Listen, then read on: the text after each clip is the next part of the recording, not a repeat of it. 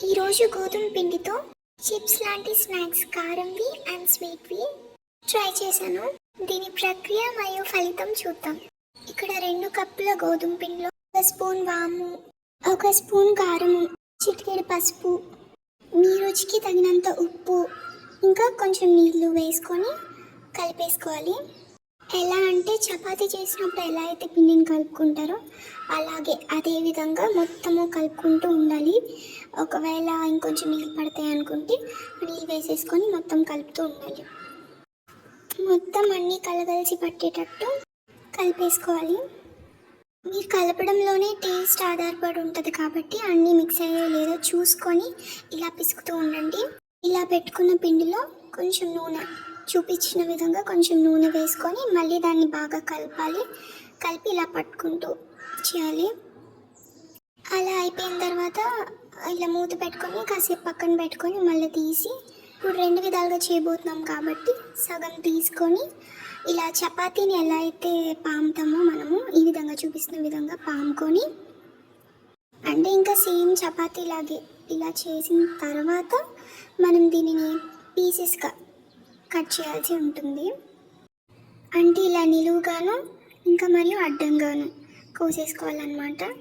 అది చాక్తోనైనా అవుతుంది, లేదా ఇలాంటి షార్ప్ ఐటమ్స్ తోటి అవుతుంది. పీసెస్గా చేసేసుకోవాలి. అలా మీరు ఎంత క్వాంటిటీ చేసుకోవాలనుకుంటారో అంత, ఒక 2-3 చపాతీలా చేసుకొని అలా చేసుకొని ఇంకా నూనెలో వేగించుకోవడమే. ఏమైనా వేపాలి అంటే మాత్రం కొంచెం ఎక్కువ ఆయిల్ పడుతుంది కాబట్టి ఇలా ఇంత నూనె వేసుకొని ఇక్కడ వేపుతున్నాను. ఆల్రెడీ చెప్పాను కదా 2 విధాలుగా అని, అది హాట్, ఇది స్వీట్ లాగా. ఇంకా దీంట్లో ఏముందంటే మనం పిండి కలుపుకున్నప్పుడే సగం ముద్ద తీసుకొని షుగర్ మిక్స్ చేసుకోవడం. షుగర్ కానీ బెల్లం కానీ అది మీ ఇష్టం. సో ముందుగా కట్ చేసిన విధంగానే ఇక్కడ కూడా అలాగే చేసేసి కట్ చేసి సేమ్ ప్రాసెస్ ఇవన్నీ ప్లేట్లో తీసుకొని ఇంకా మనం వేస్తున్న నూనెలో వేసేసుకోవడమే.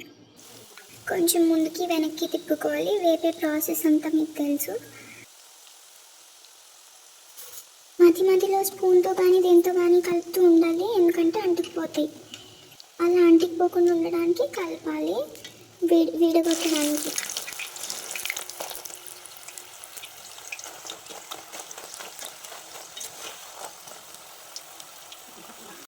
ఇంకేముంది, వేగివి ఒక టిష్యూ మీద కానీ ఇలా ఒక ప్లేట్ మీద కానీ వేసుకొని తర్వాత కొంచెం ఇలా టిష్యూ కానీ ఏదైనా పేపర్ కానీ యూజ్ చేస్తే కొంచెం పీలుస్తుంది, అది మీకు తెలిసిన విషయమే.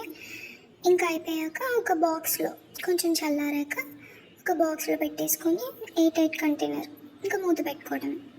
అంతే, చాలా సింపుల్ ప్రాసెస్. ఇంట్లోనే చేసుకోవచ్చు.